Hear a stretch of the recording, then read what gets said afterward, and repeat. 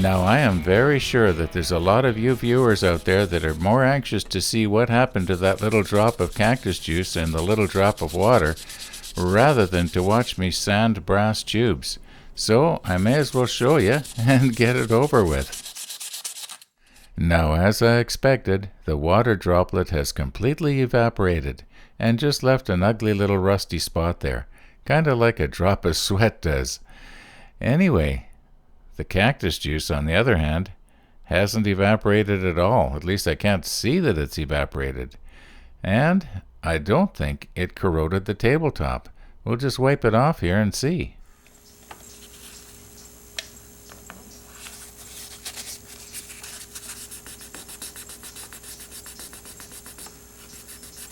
So, okay, it's not corrosive.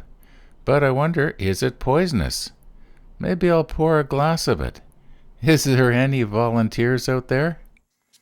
Okay, let's get serious now and get those brass tubes glued into those blanks. Let's get Darcy's pen finished today if we can.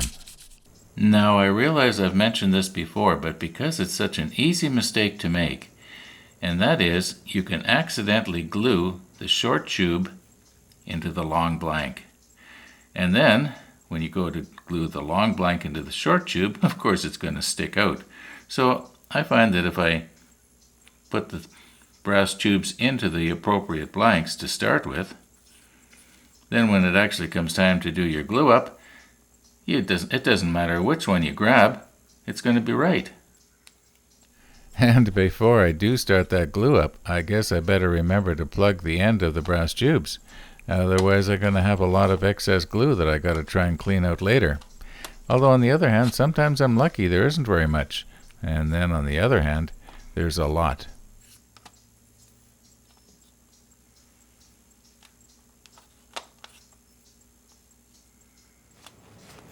Now, because I believe it's at the ends that you want your wood and brass tube to be glued together the best, it's very important to get that wax off of there. Otherwise the CA glue isn't going to stick to the wax.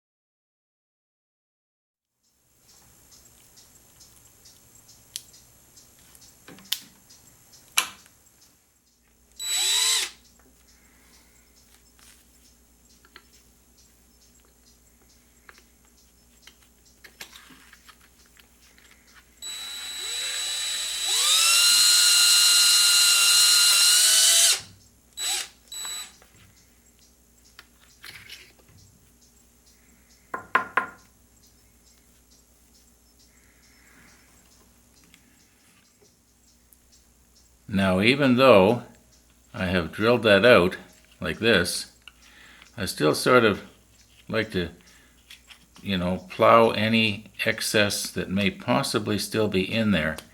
You can sometimes feel it.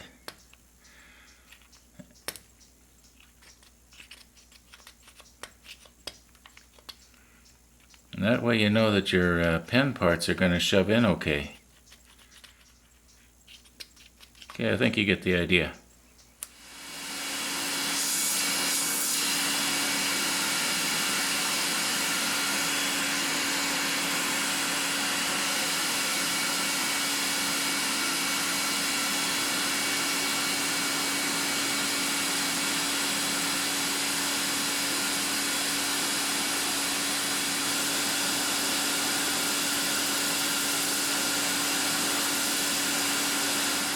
Now, I'm sure that some of you are sick of hearing this, but as soon as you get to the brass tube, stop.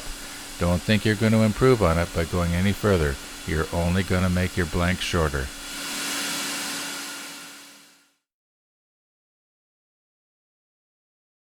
Now, when I was gluing in that first brass tube, I didn't do a very good job of centering it in the blank, and I had it too close to one end, but fortunately it was in just enough.